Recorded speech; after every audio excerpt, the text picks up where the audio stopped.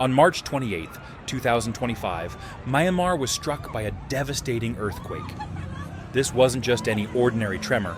It measured 7.7 on the Richter scale, which gives you an idea of the immense force we're talking about.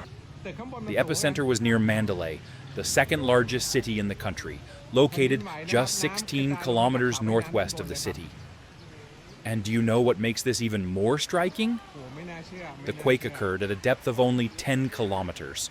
That's considered very shallow, and when an earthquake is this close to the surface, its effects are much more intense.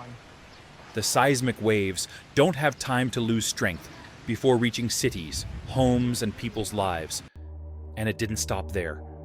Just 12 minutes later, a strong aftershock hit, measuring 6.4 on the Richter scale. Imagine the panic, the chaos, the fear. Buildings that were already damaged began to collapse even further, plunging the region into complete disarray. This earthquake wasn't confined to Myanmar. It was felt as far away as Thailand, China, and even Vietnam. In Bangkok, the capital of Thailand, located more than 1,000 kilometers from the epicenter, a skyscraper under construction collapsed. It's astounding how the Earth, when it shakes, doesn't respect borders. But why did this happen? Let's break it down.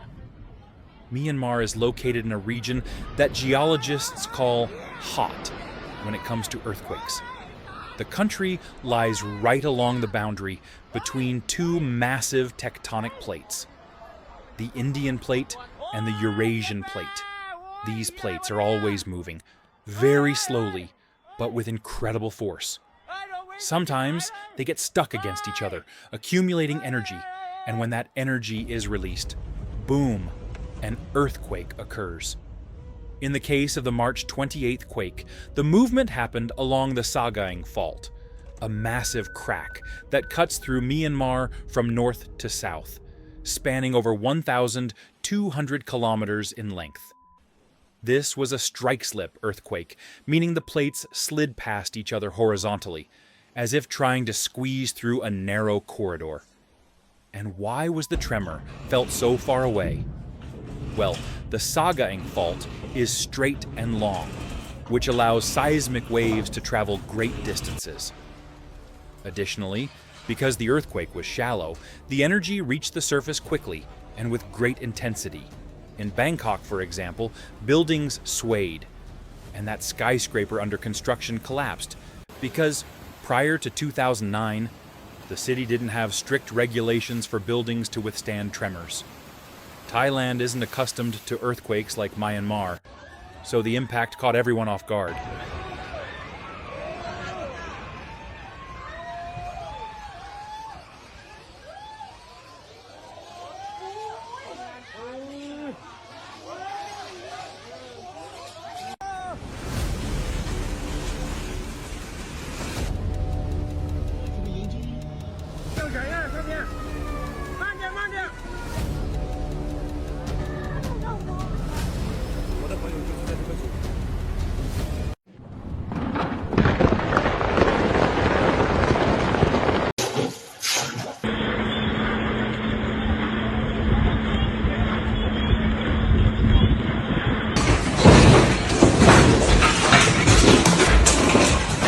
Now, let's talk about the numbers. But before I do, I want to make one thing very clear. Behind every number I mention, there's a story, a family, a life that was interrupted or forever transformed. By March 31st, the military junta governing Myanmar confirmed that more than 2,065 people had lost their lives in the country alone. In Thailand, at least 18 deaths were confirmed, all linked to the collapse of that building in Bangkok. And the injured? More than 3,900 in Myanmar, according to official data. And that doesn't even include those who haven't been registered yet. Then there are the missing. Over 270 people in Myanmar and 76 in Thailand are still buried under rubble or remain unaccounted for. These numbers are heartbreaking, and they could still rise as rescue teams race against time. I've read accounts that left me with a lump in my throat. In Mandalay, a woman was rescued alive after being trapped for 60 hours beneath the rubble of a hotel. 60 hours. That shows the incredible strength of those fighting to survive and the heroic efforts of rescue teams, many of them made up of volunteers, ordinary residents who rolled up their sleeves and started digging. But not all stories have happy endings. In Sagaing, a city near the epicenter, a resident said that help hadn't arrived, that the entire town was without electricity or clean water, and the smell of death had begun to fill the streets. It's hard to imagine what these people are going through. Let me tell you a little more about Myanmar, because the context matters. The country was already in a difficult situation before the earthquake. Since 2021, when the military seized power in a coup, overthrowing the elected government of Aung San Suu Kyi, a leader who once won the Nobel Peace Prize, Myanmar has been embroiled in a civil war. On one side, the military junta rules with an iron fist, censoring the press, cutting off the internet, arresting dissenters. On the other, rebel groups and the National Unity Government, which operates in exile, fight against the regime. Over 3 million people were already displaced due to the conflict, and nearly 20 million needed humanitarian aid even before the quake. Just imagine. A country already in pieces, and then nature comes along and shakes everything even harder. The military junta declared a state of emergency in 6 regions, including Mandalay and Sagaing, and even issued a rare request for international assistance. However, the National Unity Government, the opposition, stated that aid must be delivered through independent channels because they don't trust the military to distribute supplies fairly. And there's more. Even after the earthquake, bombings continued in some areas. This complicates everything: the rescues, the delivery of food, medicine, and water. It's a tragedy within a tragedy. Behind each statistic lies immeasurable human suffering. Families torn apart by loss, children orphaned overnight, communities shattered beyond recognition. In Mandalay, where the quake hit hardest, survivors described scenes of chaos and despair. One father recounted how he dug through concrete and twisted metal with his bare hands. Searching for his wife and 2 young daughters, he found them, but too late. Stories like this are repeated across the region, each one unique yet equally devastating.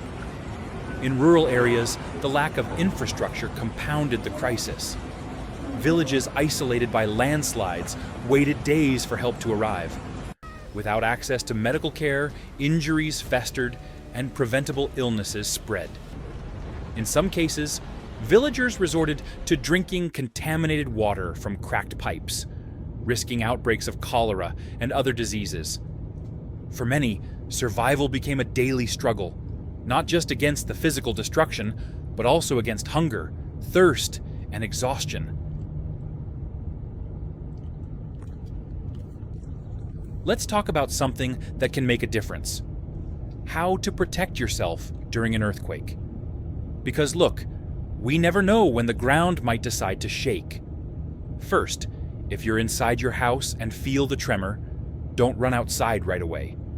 The safest thing to do is follow the famous drop, cover, and hold on rule. This means drop to the floor, get under a sturdy table or piece of furniture to shield yourself from falling objects, and hold on tight until the shaking stops. Stay away from windows, mirrors, or tall cabinets. They can turn into traps. If you're outside, find an open area, away from buildings, poles, and trees. And if you're in a car, stop in a safe spot, away from bridges or overpasses, and stay inside the vehicle until the shaking stops. After the quake, watch out for aftershocks. They can be just as dangerous as the initial shock. Another important tip: always have an emergency kit at home. Include water, canned food, a flashlight, a battery-powered radio, and a blanket. These items could save your life while help is on the way. I know it sounds simple, But these tips are based on what experts recommend and have already saved lives in similar disasters. In Myanmar, many people didn't have time or conditions to protect themselves because the tremor was sudden and intense. But wherever preparation is possible, it's worth it. What can governments do to avoid turning earthquakes into even bigger catastrophes in the future? For example, Myanmar could invest in technologies that already exist and work. First, early warning systems. In Japan, they have sensors that detect the initial seismic waves and send alerts to cell phones and TVs seconds before the shaking arrives. It doesn't stop the earthquake, but it gives people time to move to a safer place. In Myanmar, with the Sagaring Fault so active, this kind of system would be a game changer. Another crucial step is reinforcing buildings. In Japan and Chile, where earthquakes are frequent, buildings are constructed with flexible materials and bases that absorb impact. In Myanmar, many houses are made of wood or simple masonry, which collapse easily. The government could create stricter construction laws, offer incentives for people who reinforce their homes, and ensure proper enforcement. In Bangkok, the skyscraper that collapsed didn't meet modern anti-seismic standards, a costly mistake. There's also mapping technology. Satellites and drones can help identify risk areas and plan safer cities. After the earthquake, satellite images revealed collapsed bridges and control towers in Myanmar. If the government had used this technology beforehand, they could have evacuated or reinforced those areas. Speaking of the aftermath, rescue teams equipped with tools like thermal cameras and robots to navigate debris can perform miracles. Turkey already uses this technology, and Myanmar could learn from them.